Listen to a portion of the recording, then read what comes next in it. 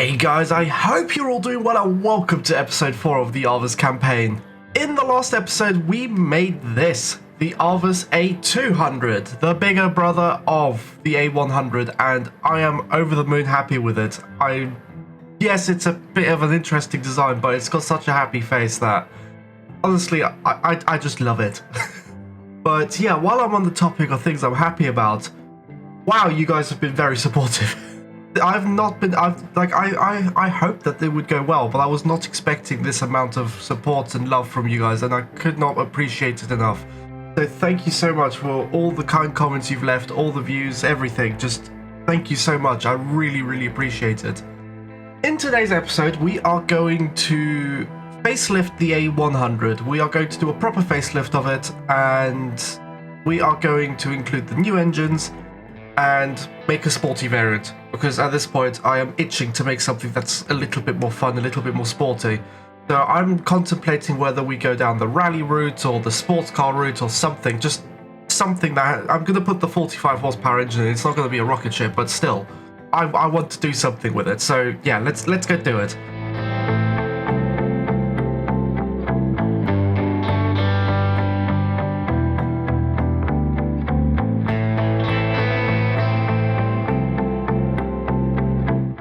So the first thing we're going to do is we are going to throw in the base engine to the facelifted vehicles, and that is simply because, one, they're more economical, and two, it means that we can improve a few things. The engine's a bit lighter, we get 0.1 fuel economy, but the design reliability has gone higher, and yeah, I'm going to see if there's some stuff that I could be using to try and improve this vehicle, tune the suspension a tiny bit, and yeah, just try and see if I can make this better. I just want to make sure that this vehicle is better than it was before, which is the whole point of a facelift. But yeah, I don't think I'm going to do too much to it though. I know the engine is already a big step, so yeah, I think I'm going to keep it very much similar to what it is, and then when it comes to the sporty one, that's when I'll make the changes. So yeah, let's get into it.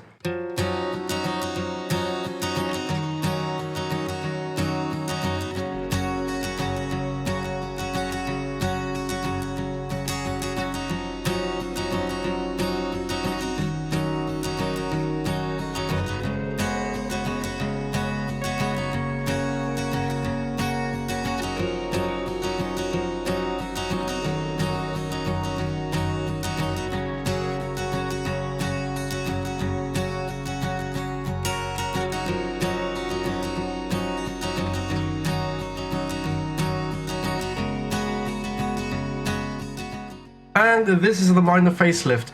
I've done nothing to it apart from change the color a bit, change the wheels, and thanks to one commenter on one of the last videos, I've changed the chrome pieces to being actually chrome. I don't know who you are, I've forgotten, I'm really sorry, but you have given me crucial information in making sure that these bumpers and the wing mirrors and whatnot actually are chrome. So thank you very much, I really appreciate it.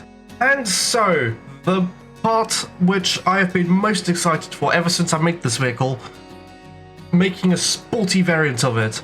I don't know exactly how I'm going to do it, I just know that I'm going to make something that, should people want to go into the rally side of things, they can modify it easily to do rally, but if they wanted to do street racing, they can modify it easily to do street racing. So this is going to be basically just a base sports car, and then what I'll do in the background on the sandbox mode of the game is I'll make the rally variant and the touring car variant. So pretty much the two different variants.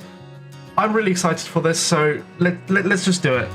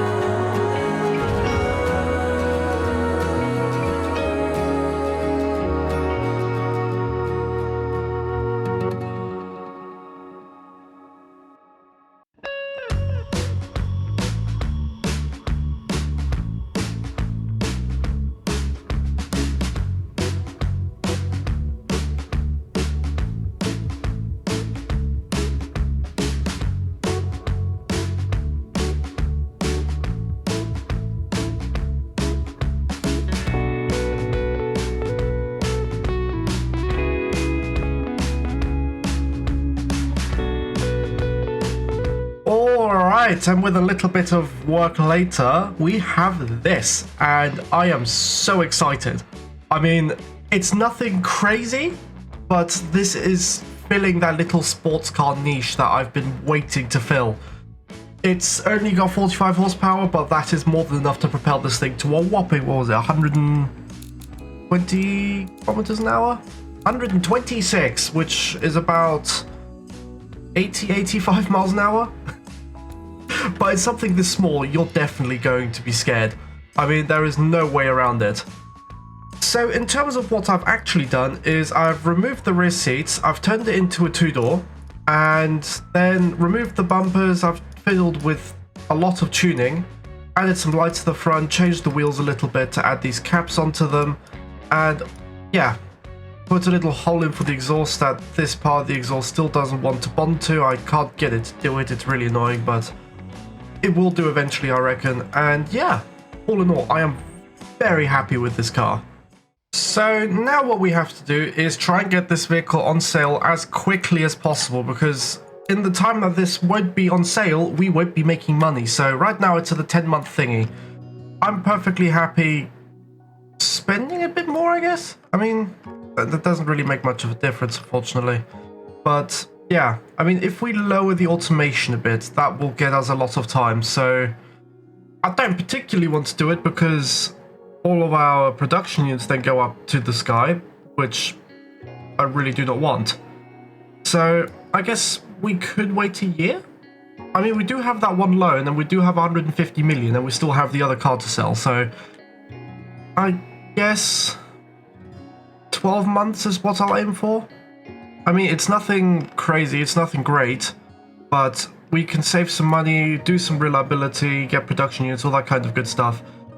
The only thing that's not great is the engineering time, but I think I can live with that. And I mean, the engine itself, we don't need to do anything to the factory. It is currently doing its own thing. And yeah, oh no, yeah, of course, because what we can do is we can just reconfigure this factory a little bit. I mean, it's going to produce how many vehicles? Way too many of the sports variant, that's for sure. I wish I had a slider where I could say only produce 200 of these and then a certain amount of these, but we're going to be sat on a lot of the sports variants because they are not going to sell very well. But I am very tempted to go to a medium 2 factory. I don't want to. How much does it all cost? That's the main question. 100? Nope, we are sticking with the medium 1. Nope, we are not touching that. This is how it's going to be, and we're going to be happy with it. What we can do is not even really increase tooling efficiency and that kind of thing. So yeah, we're sort of stuck with this, which isn't great. But I mean, we'll work with it. It's doable. We're pretty much using just the same factory, so we're going to be producing a lot less cars than there is a demand for, which not great, but we can't really do anything about it right now. We have the A200 on the way, which will help a lot in terms of finances, and yeah, once that vehicle releases, we will be able to make a lot of profit. Much like I'm looking at with this thing. I mean, this is making a lot of profit right now, but by far not as much as the A200. I don't know how I did it. I seem to have struck gold with it. But yeah, these are all just, this is going to be 8, this is going to be 8.5, and this is going to be 9,000. So this base variant, the car variant is going to be 8,000, the van variant 8.5, and the sports variant 9,000. And I know that this isn't going to sell very well, the sports variant, but I just want to make it. I really just want to make it. I really like the look of it. Yeah. In fact, what I'm going to do, because we have a massive profit margins anyways, I'm going to see if I reduce the price. Actually, no, we don't want to reduce the price. Because if we reduce the price, then more people will want it, and we only can produce so many. So we're just going to have to stick with really high profit margins. And yeah, I mean, this factory graph is looking rather funky. So yeah, I mean, it's making a stable profit. I couldn't be happier. I mean, that's all I could really ask for. So yeah, let's put this thing on sale and, well, make some sporty, make a rally variant of the sports variant and a touring car variant of the sports variant. I mean, I can't wait for it. It's going to be so exciting. In total, the project will cost just under 60 million, which I can handle. It's not a problem at all. So that's exactly what I'm going to do, is I'm going to sign off. And next episode, we will fast forward time a little bit. probably to the release of the A200 and see how everything goes. I mean, the A100 will be making about 150 million a month, which, brilliant. I couldn't be happier, which means that when the A200 releases, we should have enough money not only to repay the loan, but to work on different models. Maybe an off-road variant or a big van variant, big van vehicle or something. Yeah, there's a lot of options. I'm really excited right now, so let's go make that touring car and the rally car. I'm over the moon happy right now. Let's do it.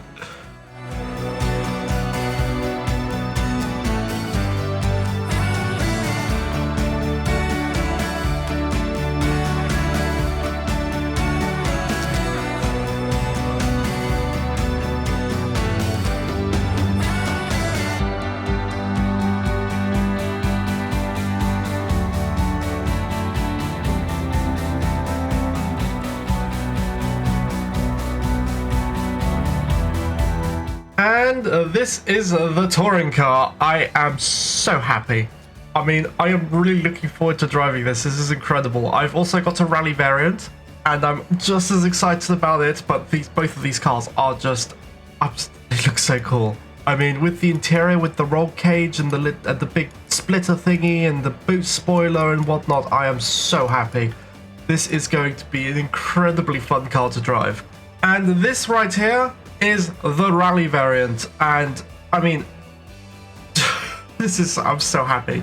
I want to drive it already. You know what, I'm not even going to get into the specifics too much. I put some mud flaps on it, I put some rally wheels on it, and yeah, I just basically made it so that it could be a very good rally car. Nothing too crazy. The engine's the same obviously on all three of the S variants of the car, but yeah, I am very looking forward to driving it, so I mean, let's do it.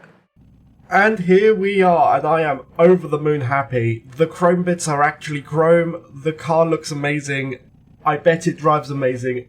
I just want to get into it. I'm not even going to mess about with the two standard variants because, honestly, we have 3 S variants to try out, and I want to give them all a proper fair shakedown, so I am really excited. So let's go and take this for a drive and see how it does. One thing that I can already instantly tell is that this thing is a lot quicker. If I step on the throttle, it accelerates. And it accelerates well. I mean, it only weighs 600 kilos and it has 45 horsepower, so even though it doesn't have a lot of power, it is incredibly light. It's incredible because you go into a corner, you have a load of fun in the corner, and then you step on the throttle and it actually accelerates. I am absolutely loving it. It's so on edge, but that's what makes this thing so much fun to drive. I mean, it's just incredibly good fun. You drive into a corner, you know that it's going to grip up on the front, and you just control the rear sliding and it just goes. This is so much fun to drive. I'm absolutely loving it. And this right here is the rally variant, and I love the look of this thing. I mean, the wheels, the splitter, the rear wing, the interior, all of it comes together to make one beefy looking little machine. I am really happy, so let's go test its off-road capabilities and see if it's as good as it looks. So I'm not someone who rallies very often, but I can already say that this thing is quite a handful. It's good when it needs. It's very good, don't get me wrong. It's very agile, it's very good around the corners and stuff, and the acceleration is on point, but it's very bumpy. But you know what, despite this, it's actually really controllable. It does have its moments where it's mostly my suspension tuning. I'm not great at tuning rally suspension, but it is actually really drivable. I've not made a single big mistake yet. It's just been driving. It's really good to drive. And I mean, this isn't ridiculously quick, but I reckon for the time, this would have been quite a force to be reckoned with. I mean, it's a 1.2 litre engine. It doesn't have a massive amount of power, but it's just incredibly fun to drive. And watching the suspension on this thing work its magic is just an art form. I mean, it's got a lot of suspension travel. Yes, it's maybe a bit stiff by the looks of things, but still, I'm absolutely loving this thing. I mean, it's able to drive around these hills without much of a problem. Even inclines like this aren't much of an issue with this thing, so this could even be a really good little rally raid vehicle for like the Dakar or something. I mean, yeah, top speed is more of an issue with the Dakar, but you have to get there, and this thing will get there. I mean, just look at this thing go. It is incredible. I am just astounded. I mean, okay, that was a bit of a bottoming out situation there. That was a bit hairy, and this is a bit hairy, but I didn't have an accident. It's very recoverable. I'm loving this thing. And now we come to the touring variant, and I'm expecting this to be a lot less forgiving. The suspension's going to be so stiff that this is just... you might as well have metal steel poles for suspension, basically. But I reckon it'll do well, so let's have a little see. Let's see if it drives well. First impressions are really good. This thing grips nicely, it goes around corners without much of a problem. I reckon this will beat the lap record easily on this track. I mean, you don't really need to brake for any of the corners, you just throw it in and it grips. It is just unbelievable. And even with the stiff suspension, it's handling these bumps beautifully. And even on the tight and twisty stuff, this thing's absolutely incredible. I mean, thanks to the race tyres, this thing has an indefinite amount of grip, and that also translates into the braking, which is just phenomenal. I mean, yeah, it doesn't weigh much, but it just slows down so nicely, especially considering it has drum brakes.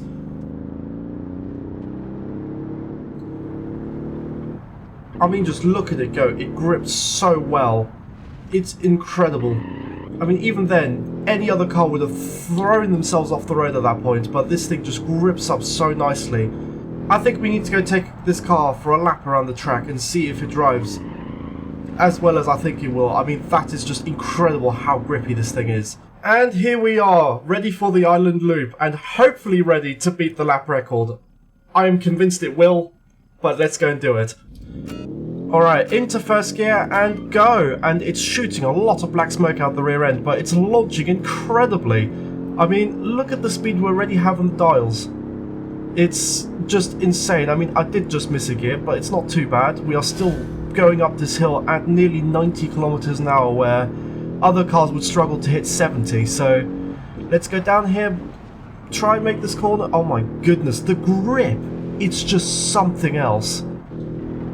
Fourth gear, if we can find it. There you go. Cut the corners a bit and accelerate. I mean, this is incredible how quick this thing is. Brake with our beautiful brakes, turn in, and grip is just incredible. This thing is just so perfectly balanced as well. You can throw it into a corner and the rear end will slightly go out and it will just find the perfect curve to go around without you having to do much.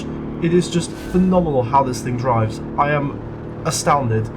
So as we come into this section where we've had several accidents already, we just throw it in, and I mean, I could have even taken more speed through there. That's incredible. The grip on this thing is just nothing compares to it, especially from the cars that we've made. I am genuinely astounded at how well this is doing. So over for the first bridge as we hit nearly 115 kilometers an hour, brake a little bit here, down into third, throw it in, and we managed to keep it alive.